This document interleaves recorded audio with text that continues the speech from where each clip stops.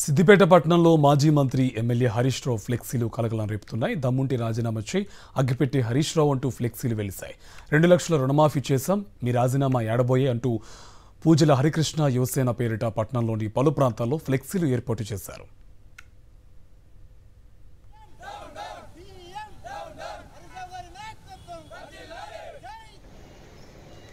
మరోవైపు హరీష్ రావుపై సీఎం రేవంత్ రెడ్డి చేసిన వ్యాఖ్యలను నిరసిస్తూ సిద్దిపేటలో బీఆర్ఎస్వి ఆధ్వర్యంలో నిరసన చేపట్టారు.